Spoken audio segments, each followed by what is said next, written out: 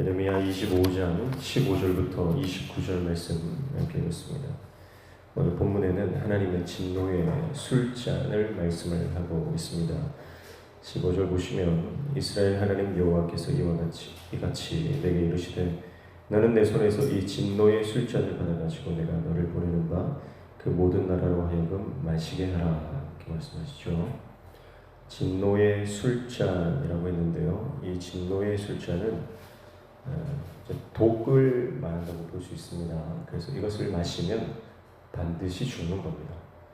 마치 우리나라도 과거에 왕이 어명으로 사약을 내리면 무조건 그 사약을 받아 마셔야 되고 그 사약을 마시면 죽임을 당하게 되는 것이죠. 그와 같이 하나님께서 하나님의 진노, 하나님의 재앙, 하나님의 심판 그것을 이제 술잔으로 비유를 하시고요. 이 잔을 하나님께서 받아 마시라고 하는데 예루살렘, 유다 주민들로부터 시작해서 모든 열방의 왕들, 궁극적으로는 바벨론 왕에 이르기까지 모든 나라가 이 진노의 잔을 마시게 될 것이고 하나님의 심판을 당하게 될 것이다 이렇게 말씀해요. 16절에 보시면 그들이 마시고 비틀거리며 미친 듯이 행동하리니 이는 내가 그들 중에 칼을 보내기 때문이니라 하시기로 이렇게 말씀합니다. 이 잔을 마시면 비틀거리게 될 것이고 미친 듯이 행동하게 될 것이다 이렇게 말씀하는데요. 비틀거린다라고 하는 것은 그 모든 삶의 기반이 흔들리고 뒤집히는 것을 말합니다. 그러니까 하나님의 이 진노의 술잔, 하나님의 심판이 임하면 삶의 모든 기반이 다 뒤집히고 흔들릴 수밖에 없다. 우리가 안전하다고 생각했던 것, 이 정도면 내가 아무런 문제가 없을 거다 그렇게 생각했던 삶의 튼튼한 기반이라고 생각했던 것들이 하나님의 진노, 하나님의 심판이 임하면 흔들리고 뒤집어질 수밖에 없는 것을 말씀을 하고 있습니다. 우리 삶의 반석은 오직 예수 그리스도이십니다. 말씀 위에 서 있을 때만 흔들리지 않습니다. 그래서 예수님 외에 다른 것을 의지했던 모든 삶의 기반들, 그것들은 결국 하나님의 심판 앞에서 흔들리고 무너져 내릴 수밖에 없는 것이죠. 그래서 18절부터 26절까지는 이 진노의 잔을 마실 자들이 누구냐 하면서 소개하고 있습니다. 18절에 보시면 먼저 예루살렘이죠. 예루살렘과 유다 성읍들과 그 왕들과 그 구관들로 마시게 하였더니 그들이 멸망과 놀램과 비웃음과 저주를 당함이 오늘과 같으리라. 하나님의 심판이 임하니까 멸망, 놀램, 비웃음, 저주가 임한다 그렇게 말씀을 하시죠. 그래서 가장 먼저 이 진노의 잔을 마신 대상이 바로 예루살렘이다 이렇게 말씀을 하고요. 19절부터는 모든 민족들을 말씀을 합니다. 애국부터 시작하죠. 애국, 우스, 블레셋과 그 도시들, 에돔, 모압, 암몬, 드로아, 시돈 등 해서 모든 아라비아 지역에 거주하는 민족들, 메소포타미아 지역까지 애굽에서 출발해서 메소포타미아 지역에 있는 모든 나라들이 이 진노의 잔의 대상이 될 것이다. 그리고 마지막 26절에 보니까 북쪽 원글의 모든 왕과 지면에 있는 세상의 모든 나라로 마시게 하니라. 세상 왕은 그 위에 마시리라. 그래서 마지막은 북쪽까지. 세상 왕이라고 하는 것은 바벨론을 가리키는 암호와 같은 그런 말입니다. 그래서 마지막에는 이 바벨론도 결국은 하나님의 진노의 심판의 대상이 될 것이다. 그렇게 말씀합니다. 그러면서 27절부터 29절까지는 이 하나님의 심판은 그 누구도 피할 수 없다. 그것을 말씀하고 있죠. 그래서 27절 보시면 너는 그들에게 이르기를 만군의 여호와 이스라엘의 하나님 말씀에 너희는 내가 너희 가운데 보내는 칼 앞에서 마시며 취하여 토하고 엎드려져 다시는 일어나지 말아라 하셨느니라. 이렇게 말씀하죠. 그래서 하나님을 인정하지 않고 그들의 욕심대로 살아가는 자들, 그들은 하나님에 의해 취하고 토하고 엎드러지라는 명령을 받습니다. 28절에 그들이 만일 내 손에서 잔을 받아 마시기를 거절하거든 너는 그들에게 이르기를 만군의 여호와께서 말씀하시기를 너희가 반드시 마셔야 하리라.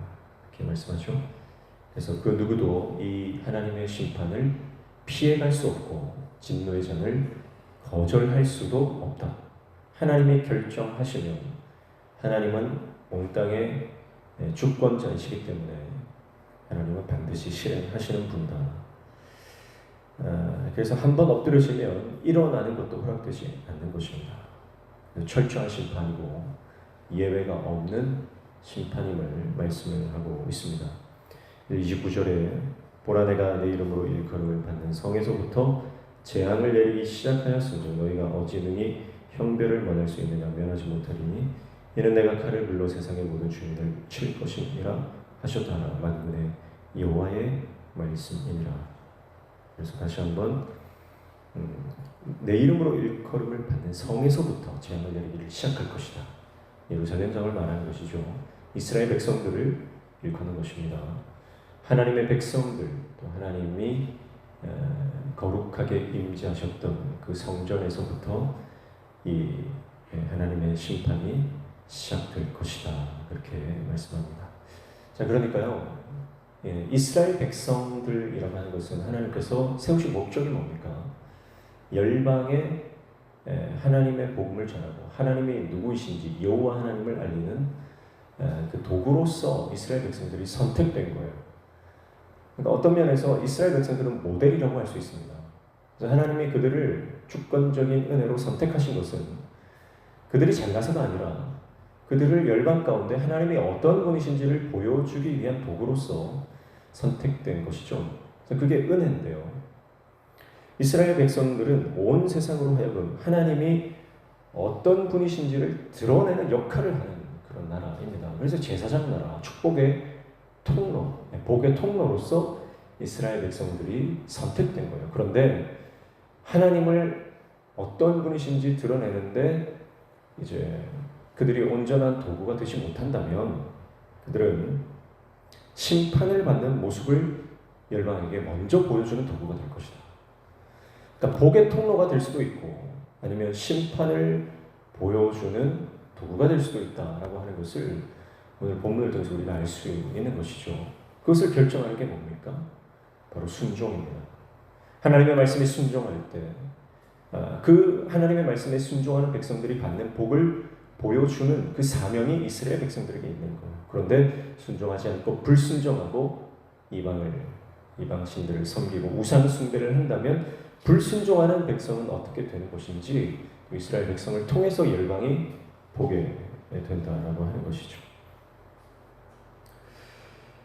그래서 이스라엘은 안타깝게도 하나님의 이 복의 통로로서 끝까지 사용되지 못하고 심판의 본보기를 보여주는 그런 백성으로 전락하고 만 것입니다. 그러나 하나님은 이스라엘 백성들을 그냥 심판 가운데 버려두지 않으시고 다시 회복시키시죠. 그래서 결국은 하나님이 자기 백성을 끝까지 포기하지 않으시는 그런 모습을 하나님께서는 열방 가운데 드러내시는 것입니다.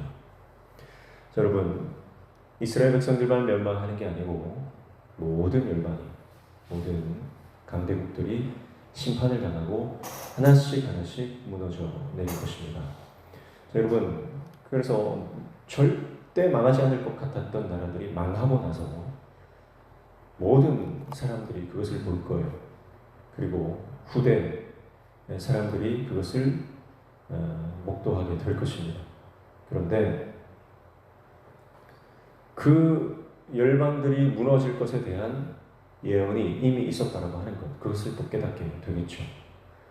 그래서 이미 선포된 말씀, 또 기록된 말씀을 통해서 이미 하나님의 이 예언이 이미 선포되어 있었다라고 하는 것을 많은 사람들이 보게 될 것입니다. 그것을 통해서 나라의 흥망성쇠, 한 나라가 일어서고 또 역사 속에서 사라지는 것이 그저 우연이 아니라 하나님의 주권적 선택에 달려 있음을 모든 백성들이 보게 될 것이고 깨닫게 될 것임을 우리는 알 수가 있는 것입니다. 그러므로 이런 모든 말씀을 통해서 우리는 하나님이 진정한 왕이시고 온 세계의 통치자이심을 우리 다시 한번 깨닫게 되는 것이죠. 그래서 우리는요, 이 기록된 말씀을 통해서 하나님이 어떤 분이신지 우리는 보고 듣고 믿고 있습니다. 그래서 이 말씀을 통해서 하나님이 어떤 분이신지 깨닫는 것, 그것이 은혜인 줄로 믿습니다.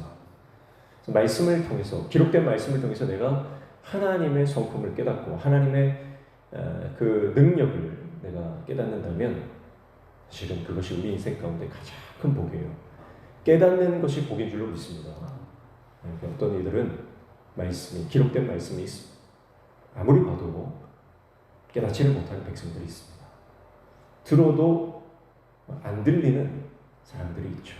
그러나 우리는 이 하나님의 말씀을 보고 듣고 또 믿음으로 반응을 하고 있는 것이죠. 그래서 저와 여러분이 이제 하나님께서 우리 삶의 진정한 왕이시고 통치자이심을 믿음으로 고백하며 하나님을 모시고 순종의 백성으로 살아가기를 축복합니다. 그래서 저와 여러분의 삶이 하나님의 축복의 통로로 하나님께 순종하면 어떠한 복을 받고 살아가는지에 대해서 믿지 않는 자들에게 보여주는 믿음의 본보기, 모델이 되어지는 그런 삶이 되시기를 축복합니다. 불순종하여 심판당하는 이스라엘의 모습이 아니라 정말 하나님께서 열방 가운데 저와 여러분을 통해서 하나님이 하나님 되심을 드러내신 그런 귀한 하나님의 도구로 쓰임받는 저와 여러분 되시기를 주님의 이름으로 축복합니다. 기도하겠습니다. 하나님 아버지, 우리에게 믿음 주셔서 우리를 통해서 온 땅이 하나님의 하나님 되심을 깨닫는 귀한 축복의 통로의 삶을 살아가는 순종의 사람, 복의 사람 되게 도와 주시옵소서. 오늘도 주님 앞에 나와 말씀 붙잡고 기도할 때에 우리 기도에 들어 응답하여 주시며 우리 삶에 막혀진 모든 문들이 열려지는 형통의 은혜를 허락하여 주시옵소서. 예수님의 이름으로 기도하옵나이다.